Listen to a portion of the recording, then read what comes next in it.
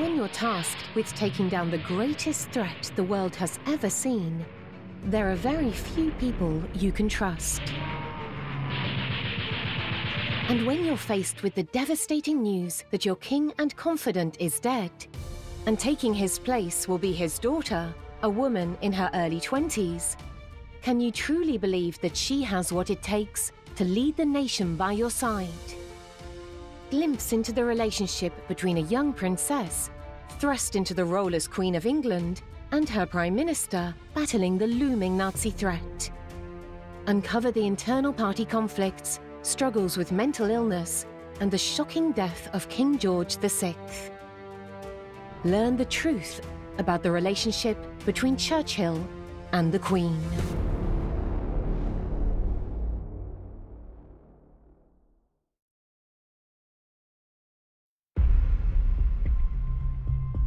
(1939).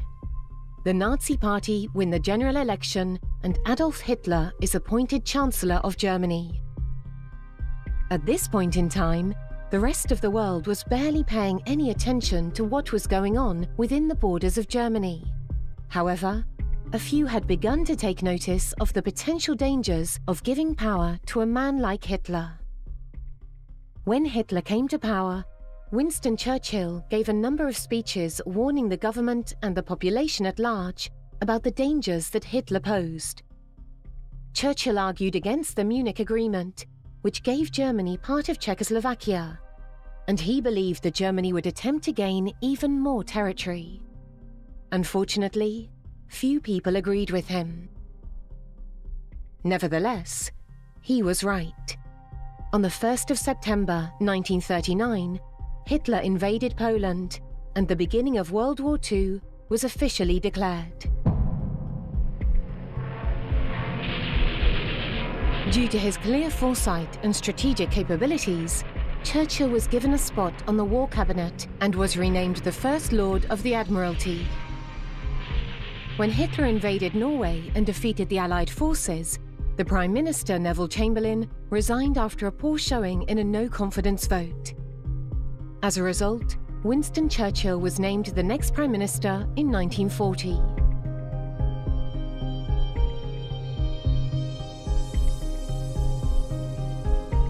This was the start of the rule of arguably one of the greatest leaders the UK has ever seen.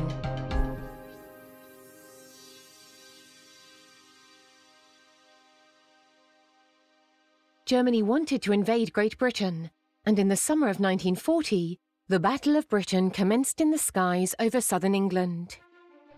Once Hitler had control of France, he began to make plans for the invasion of England. Hitler ordered bombing raids on the country. These raids were initially focused on coastal airfields and other military targets. However, the raids soon bombed further inland. The German bombers were given clear orders not to bomb cities, but after they mistakenly bombed the outskirts of London, Churchill ordered bombing of German cities. It was time to fight back. Hitler followed with similar orders to bomb English cities, including the British capital, London. During this time, King George VI was reigning monarch of Britain. He lived with his wife and two daughters, Elizabeth and Margaret. With the physical threat of the German forces getting closer and closer to home, the decision was made to move his family out of Buckingham Palace and out of the face of danger. Well, the outbreak of World War II affected the British royal family hugely because they were right up there at Buckingham Palace, which was a big target for the German bombers. But they decided that they would not leave the country, they would stay there with their people, and but they obviously had to look after their two daughters. So they started, Elizabeth and Margaret started in Scotland, then they were sent down south, and they eventually stayed at Windsor Castle for 5 years, while the King and Queen went to London during the week. Churchill gave a number of speeches during the Battle of Britain, aimed at building up the morale of the population and the armed forces. Such are the atrocities against which we are in arms. Shortly after Churchill became Prime Minister, he gave one of his most famous speeches. their finest hour. Let us therefore brace ourselves to our duty. So bear ourselves that if the British Empire and its commonwealths last for 1,000 years, men will still say, this was their finest hour. Churchill's writing skills had gained him international notoriety, and his love for words and the richness of the English language drew him into a career as a writer long before he delved into politics. His ability to communicate clearly and passionately served Churchill well as a revered orator, a popular author, and a most persuasive statesman. Of mysteries and surprises. A formidable opponent in the debating chamber, Churchill's wit and his skill with words could quickly silence those less erudite and articulate. But where did this passion for literature begin? Long before becoming the leader of the Conservative Party, Winston took up his career as a writer. To achieve his political ambition, he needed fame and, of course, the necessary financial wherewithal. His strategy? Request postings to as many dangerous places in the world as he could, and to then write about them in newspapers and books, presenting himself as a hero and communicator. He travelled to South Africa, reporting on the Boer War for the Morning Post. He was shot at in Cuba. He fought on the Afghan border, and he faced a cavalry charge in Sudan. His most famous headlines were made when he escaped Boer captivity from a military prison in South Africa. Finally, Churchill was making the news rather than just reporting it. Churchill returned to Britain and once again stood for Parliament in the general election of 1900, winning a Conservative seat in Oldham by a small margin and becoming a Member of Parliament for the first time. He quickly became a distinctive character in the House of Commons, seemingly devoid of inhibition and fearless in his quest to persuade others to his viewpoint. More than anything else, he was exceptional in delivering pre-prepared written speeches rather than improvised narrative, and as a natural writer and public speaker, his words carried great strength. A vile race of quislings use a new word which will carry the scorn of mankind down the centuries. He's hired to fawn upon the conqueror, to collaborate in his designs, and to enforce his rule upon their fellow countrymen, while grovelling low themselves. In 1904, he crossed the floor and joined the British Liberal Party. He always claimed to be more of a liberal in his heart, but he disagreed with the Liberal stance on self-rule for Ireland. During the First World War, Churchill served as a First Lord of the Admiralty, which put him in charge of the Royal Navy. He was forced to resign after the Dardanelles campaign and the failed invasion of Gallipoli, a debacle for which he was apportioned a good deal of the blame for the campaign's failure and the massive loss of life. He quickly tried to redeem himself and volunteered for the front lines, serving again as an officer in the British Army on the Western Front. After the First World War, he then crossed the floor again, rejoining the Conservative Party, and served as Chancellor of the Exchequer, where he pushed for a policy of returning to the gold standard, a sometimes controversial decision which was greeted with somewhat mixed reaction. He lost that post when the Conservatives were defeated in the general election of 1929. Whilst not necessarily popular with his Conservative colleagues at the time, he became very popular and well known in Britain, much of which was due to his journalism and writing. The people had chosen Winston Churchill as their Prime Minister. And he spoke the words in every British heart when he said, "We shall defend our island, whatever the cost may be. We shall fight on beaches, landing grounds, in fields, in streets, and on the hills. We shall never surrender." 1940. The British Air Force was able to hold off the attacks, and once Churchill realised that Hitler would not be able to invade England, he was able to send troops to shore up battalions fighting elsewhere. Just a month later, the Royal Air Force fought the German Luftwaffe with resounding success, destroying a considerable formation of invading aircraft. This unexpected defeat for Hitler caused him to make a fatal tactical error and delay his plans to invade the UK, and it is widely acknowledged as one of Churchill's greatest successes during his career. German war machine flaunted its vast power in maneuvers that coincided with a four-power meeting in Munich. The war dragged on, but with Hitler still making advances through the rest of Europe. Winston Churchill had been trying for many months to involve the USA and to work with US President Roosevelt, but sadly, to no avail. The US was most determined to remain neutral, but they set about finding ways in which to offer the UK a helping hand. Roosevelt and Churchill eventually met off the coast of Newfoundland in 1941 and created the Atlantic Charter, detailing the aims of the two democracies and their ideas and vision for the world after the war. This journey was fraught with risk, and Churchill's loyal detective, responsible for keeping him alive no matter what, recalls in his own biography the courage and fortitude displayed by Churchill facing German U-boats and assassination attempts just to cross the North Atlantic and meet with President Roosevelt to seal their strategic alliance and to take on Hitler together. But this wasn't enough. The UK was struggling, troops were dying, and the Nazis were getting closer and closer to victory. The Brits needed the US to officially join the war, and the push to do so came from an unexpected place.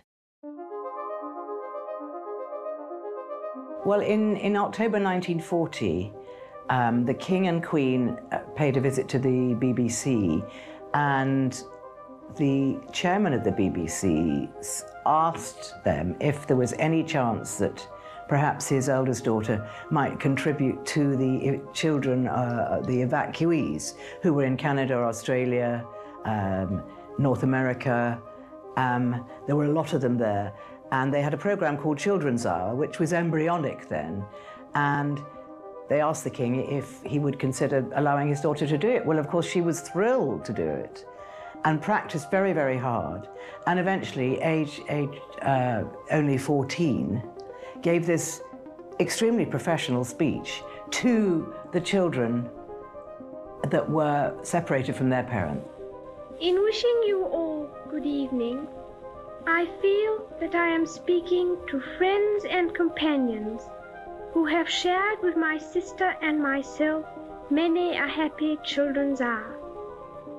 Thousands of you in this country have had to leave your homes and be separated from your fathers and mothers. My sister Margaret Rose and I feel so much for you, as we know from experience what it means to be away from those we love most of all. My sister is by my side, and we are both going to say good night to you. Come on, Margaret. Good night, children. Good night, and good luck to you all. Because Princess Elizabeth, always thinking about her younger sister, she brought her younger sister in at the very end and said, "Come on, Margaret." And "Come on, Margaret" became a catchphrase in America. The speech went down an absolute storm in America. And it was like headline news in the New York Post, you know, that this princess had given this speech to the evacuees. To everyone's surprise, the princess's speech went down a storm and ended up aiding in convincing the US to join the British war effort. And also politically, it was a very good thing because, of course, Churchill was trying to get the president, Roosevelt, you know, to enter into the war you know, to support us. So anything that we could do was a good thing. This was the start of what was to be a long-lasting relationship between Elizabeth and Churchill, though the two had not yet officially met.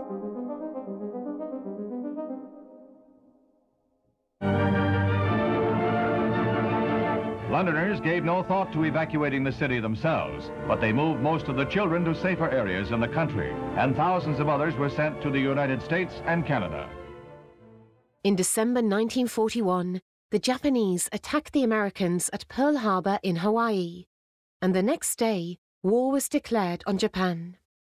Their allies, Germany and Italy, then declared war on the US.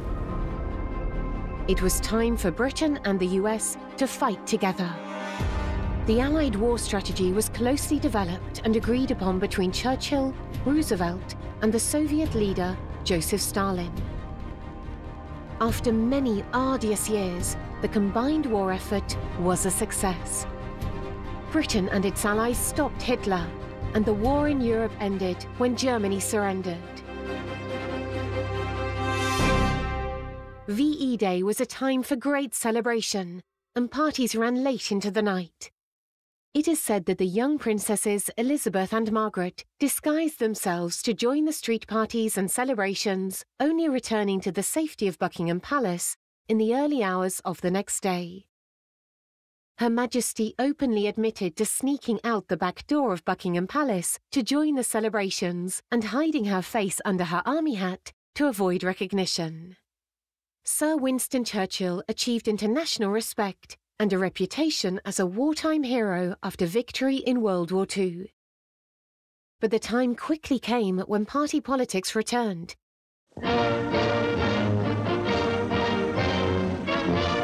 Britain's first general election in 10 years.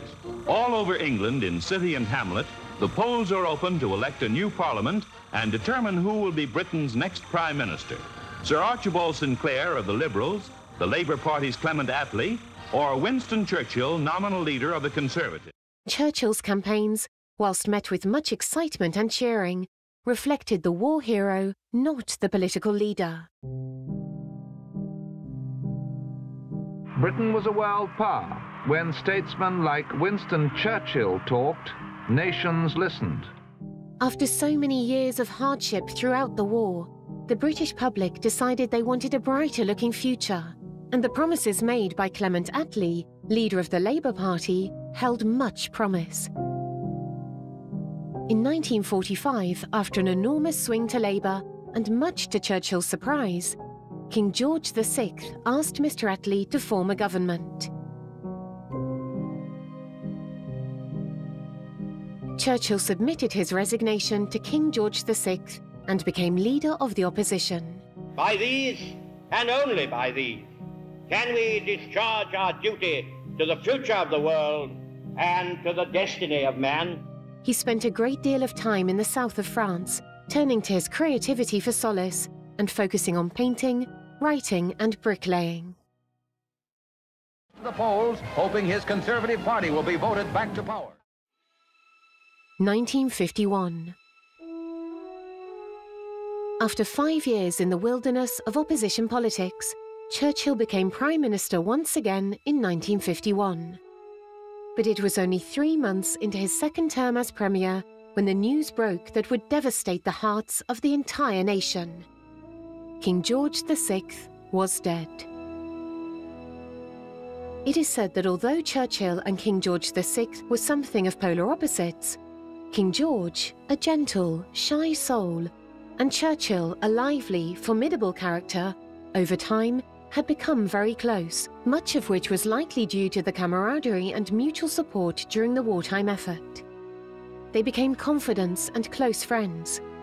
Over a decade before, Churchill had been a supporter of the King's brother, arguing a strong case that the abdication was not necessary and that he should be allowed to marry Wallis Simpson. However, with a shy and less than confident King George VI on the throne, Churchill had supported and served his monarch and fulfilled his duty assiduously. Gravely ill, and even as we watched and waited, the nation prayed. Operation on the King, we read, and knew how ill he was. But success seemed to crown the skill of the surgeon. But now the King is dead. King George VI had been struggling for some time with his health and had undergone lung surgery. Sadly, a few months later, the King died. It was in Kenya, at the Royal Hunting Lodge, that the news of the King's death reached his daughter. When she returned from a night in the forest, it was to learn that she is now the Queen, acceding to her father's throne immediately. There is no break in the continuity of the British monarchy. What happened was the Princess Elizabeth and Prince Philip were standing in for the King and Queen, and they started a big Commonwealth tour in Kenya, as it was called in those days. And the people of Kenya wanted them to be there, and they'd given them a lodge for their wedding present. And the sort of joy for them was that they were going to visit this game reserve, and there was a little place called Treetops, which was overlooking a salt lick, so you could really see the animals. You know, this is 1952, so the whole of Kenya was teeming with game, and they spent the night up there. And actually, it was during the night, unbeknownst to the princess, that she became queen. So they left their game viewing, went back to Sagana Lodge, and had a little sleep because they'd been up all night.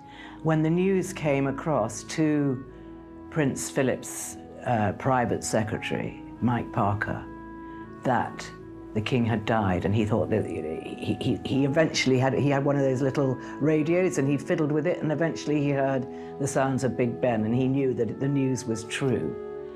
And it was his duty to tell Prince Philip, which was probably, he says later, the most difficult thing he'd ever had to do in his life. So he went to Prince Philip and told him the news that his wife, Prince Philip's wife, was queen. So Prince Philip was in such shock, he just put a newspaper over his face and let the news just absorb. And then he got up and he went and got the princess out of her bedroom where she was resting and took her down to the lake at the bottom of the garden. And the lady in waiting tells a wonderful story. She watched them walk up and down, and she knew that he was telling her. And when they walked back into the lodge, she was putting her arms around the princess, and she thought, my goodness, but she's queen, and dropped into a curtsy. And then, of course, they had to make their way back to England as quickly as possible, and there were all kinds of problems. Planes broke down. The queen, now she's queen, didn't have her mourning clothes with her, so she had to go all the way back in a sort of summer frock. And they had several small flights before they got on the big flight. But by the time they arrived back at London Airport, she came down the steps, beautifully dressed in her black clothes, and Prince Philip waited on the steps until she was at the bottom, and she greeted her Prime Minister. And that's how it was going to be from then on. And meet to welcome the new Queen. There too, the Duke of Gloucester, her uncle, and the Lord Chancellor. The Premier and Mr. Attlee, leader of the opposition, are agreed in this great moment of our history. Her tour of the Commonwealth cancelled. The princess we knew as a girl and watched in the even growth of her stature comes back to meet her ministers as queen over the great lands that for 15 years acknowledged her father as head. Now the Princess Elizabeth we knew and loved returns amongst us as our queen. Before her plane, her government and leaders of the other parties receive her greeting. No queen had ever such councillors so predetermined to give of their best. No queen had ever such a people so devoted. Through the long years, she had grown amongst us, one of us. The little girl we knew has become Queen Elizabeth. The love we gave her has become allegiance. Behind the gates of Sandringham, from the parish church, the coffin was put onto the gun carriage, and the impressively simple cortege began the slow procession to the station. Its men reverently transferred the coffin into the funeral coach of the train. Through the London streets, where so often the eager crowds had cheered, the procession wends its silent way. This is London's day of mourning. It is said that Churchill took this death very badly, and that those around him did not realise the extent to which he felt great sadness for the loss of the monarch. And now the Palace of St. James, the centre of the Commonwealth, London. The heralds come out, the court officials of Great Britain. Watching is the man who has shaped so much of our destiny. Here, with the Earl Marshal of England, the Duke of Norfolk watching, the ancient formula is carried out. The sovereign-to-be is proclaimed by Garter, King-at-Arms. Churchill fell into a bout of depression. It is often said that great creative minds are the incubator of mental illness.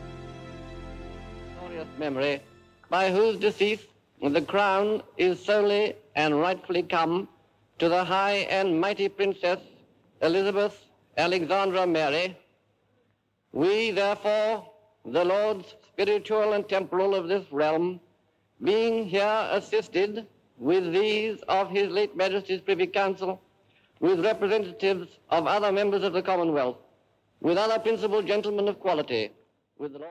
With the king now dead, someone had to fill his role and rule over the UK. That person was to be his eldest daughter, Elizabeth. Hers by right of succession, the Princess Elizabeth has agreed to accept the crown and rule as Queen. Well, I think the reason that the Queen is referred to by some historians as the unlikely Queen is that, you know, she wasn't prepared to be Queen. She was married in 1947, and she expected to have a proper, long-ish married life before her father died. But he died quite suddenly, so she was an unlikely queen.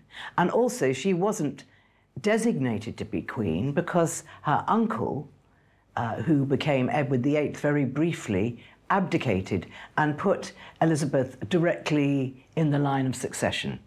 When their uncle, David as he was known to the family, otherwise King Edward VIII, abdicated, it was Princess Elizabeth who told Princess Margaret, and she said, "Uncle David's going away and Papa is to be king." And Princess Margaret said to her, "Does that mean you're going to be queen?" And Elizabeth said, "Yes, one day." Because they weren't first in line for the throne, the family were able to live quite a reserved life, privileged but reserved. She did have a happy childhood. You know, that King George VI, her father, or the Duke of York as he then was, he always referred to himself, his wife and two daughters as us four. And they were a royal family within the broader royal family. But because they never anticipated their ranks and their position and their responsibilities changing, they anticipated carrying on as being this very close-knit, very loving us four, you know. So Princess Margaret and her sister did have hugely enjoyable and very loving childhood. With George now king, eldest daughter Elizabeth was heir presumptive at only 10 years old. She was prepped for the role from a young age, with the expectation of one day taking her father's place. However, no one saw that day coming so soon. Upon hearing the news of the king's death, Elizabeth was expected to return to London immediately and begin preparing for her new duties as head of state and the Queen of England. Princess Elizabeth became Queen in February 1952, and the coronation was in June 1953. In his grief, Churchill initially showed little enthusiasm to work with the young Queen Elizabeth and doubted her capabilities, referring to her as only a child whom he barely knew. Well, when the Queen came to the throne, she was only 26, and Churchill made the remark to his private secretary, "But she's a child." But she wasn't a child. She was very sophisticated and mature mentally, and it was a man's world, and you know, women were really subservient in those days, and the Queen was walking into this world of men who were all much, much older than her. And also she hadn't really, you know, been taught. She said there was no way to be taught. All she did was she watched what her father did and followed him. This sentiment was shared by many who feared that she just wasn't sufficiently prepared. However, this quickly changed, and it is thought that he then took it upon himself to honour his dear old friend and to make sure Elizabeth knew her role, her responsibilities, and her duty as sovereign, and to make certain he offered her every possible support. On June 2nd, 1953, Elizabeth was crowned Queen of England, over a year after her father's passing, aged only 25. The Queen's coronation was perhaps one of the greatest and most memorable events of the century. There was, however, a bone of contention between Churchill and the Queen. These being the early days of television and mass communication, Her Majesty and Prince Philip felt it important to televise the event live for all to see. But Churchill felt this would be most unfitting, and it would allow the ordinary people to get too close to the mystique of their monarch. The Queen prevailed, and the momentous event was broadcast live on television to the nation and relayed to other parts of the Empire and Commonwealth. The world shared in the pomp and grandiosity of the ceremony and celebrated the coronation of Her Majesty Queen Elizabeth II. Churchill's entrance to the occasion cemented Winston's position as a beloved national treasure as he waited to be almost the last to arrive, waving royally to the cheering crowds. Churchill's daughter Mary is reported to have said that the Queen had quickly captivated him, and he had acknowledged her immense sense of duty. Churchill was, of course, born during the reign of Queen Victoria, so when Queen Elizabeth II was crowned, it is said he was thrilled to once again sing the national anthem as God Save the Queen.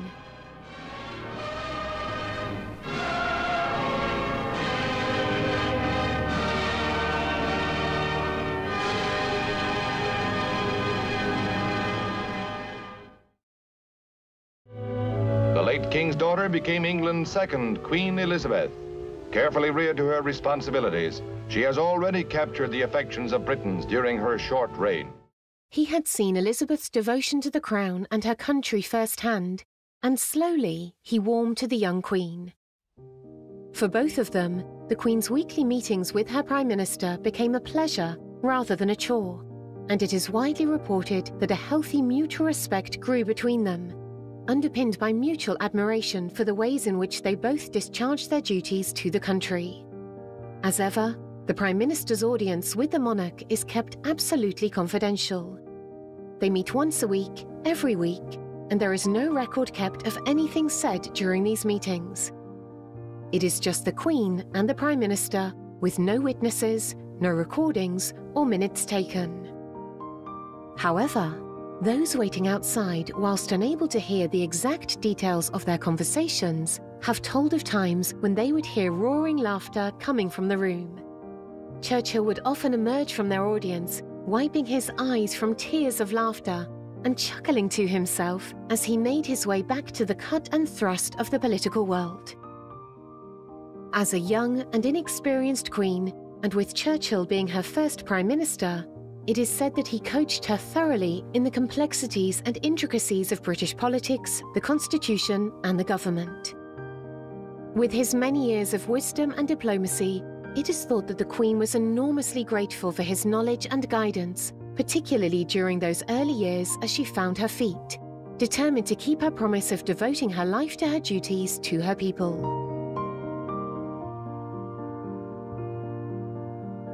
Over time, Churchill and his Queen grew closer and developed an enduring friendship. His respect and appreciation for the monarchy only grew, and it is believed that the Queen held great affection and fondness for Winston. But it wasn't a perfect relationship between the Queen and her Prime Minister. Years before, in 1947, the Queen had married Prince Philip, then known by his newly adopted surname Philip Mountbatten, that of his uncle Lord Mountbatten. Needless to say, it is common for a woman to take the surname of her husband, and for their descendants also to share that surname. Lord Mountbatten then declared it was the House of Mountbatten that reigned. However, when Queen Mary, Queen Elizabeth's grandmother, heard of the plan, she spoke with Churchill, and they agreed that it must remain the House of Windsor. Queen Elizabeth agreed and issued a royal proclamation declaring such. Famously, Prince Philip was aggrieved by this and said, "I am nothing but a bloody amoeba. I am the only man in the country not allowed to give his name to his own children." The grandiosity of the royal wedding was also a topic of debate within the royal walls. Well, when Elizabeth and Philip got engaged, they decided that because London was ravaged by war and a lot of the buildings were absolutely rubble, and there was unemployment, there was rationing, it was in a really bad place. The government or the king thought, well, let's have a very quiet wedding at St. George's Chapel, Windsor. No pomp, no ceremony, we'll just, be very private. But then the government, surprisingly, said, no, we need to lift the people's spirits. Let's have a beautiful royal wedding that everybody can see. So that is what ended up happening. And it was televised, and eventually the television got to America. So it became a global affair, and it did lift people's spirits in London hugely. To see this beautiful young couple married, no one had seen anything like that for the years of the war. Another alleged small rift grew between Churchill, the Queen, and Prince Philip. Buckingham Palace is the official London residence of the sovereign, and Churchill insisted that the Queen and Prince Philip move in immediately. This caused some considerable dismay to the royal couple, as they had put a great deal of time and effort into creating a home for themselves at Clarence House. There was, reportedly, significant pushback and upset, but they eventually agreed and moved into Buckingham Palace, reputed at the time to be cold, drafty and damp. Well, I think Prince Philip never envisaged that his young princess would become queen so quickly. They thought they had years ahead of them. So I think it was very difficult when suddenly his wife became queen. And he was demoted, if you like, to forever walk 2 steps behind. And he was treated very badly by the stuffy old courtiers at the palace. And, they thought he was an interloper, he was far too German. And although he was a Greek prince, he had a lot of German blood, so they just called him, just thought he was German. And so it was very, very difficult for him. 3 weeks after the coronation, Churchill's health went into rapid decline. He had a sudden and significant stroke, causing partial paralysis. He was taken back to his home, Chartwell, and given time to recover. However, this was kept secret from the House of Commons and from the Queen. They were told he was suffering from exhaustion, but the truth was revealed a year later, much to the surprise of them all. King George VI had been trying to persuade Winston to retire, as he and his wife were concerned over Winston's health. Ironically, the King's death and the introduction of the new monarch gave Churchill reason to carry on and to maintain some degree of continuity. The ill health of Churchill's successor, Anthony Eden, was another reason for Winston to carry on. Eden had had an abdominal operation that didn't go quite to plan, so Churchill remained in place as Prime Minister. Churchill resigned as Prime Minister in 1955 at 80 years of age, though he remained a Member of Parliament for several years thereafter. With advancing years and in poor health, he was past his prime, and during those last few years, much of his work had been conducted from his bedside. During his illness, Queen Elizabeth wrote a letter to Churchill stating that no Prime Minister would be able to hold the place of my first Prime Minister, to whom both my husband and I owe so much, and for whose wise guidance during the early years of my reign I shall always be so profoundly grateful. Churchill described the Queen as understanding her duties as a sovereign by instinct and of fulfilling her duties in exemplary fashion. Both publicly and privately, he heaped praise for the work she was doing. Churchill continued as an MP until the general election in 1964. 1965. Winston Churchill died on the 24th of January 1965, aged 90, following another stroke. Plans for Churchill's funeral, known as Operation Hope Not, were put into action. Royal protocol dictates the Queen should be the last person to arrive at any function, but for Churchill, rules were broken.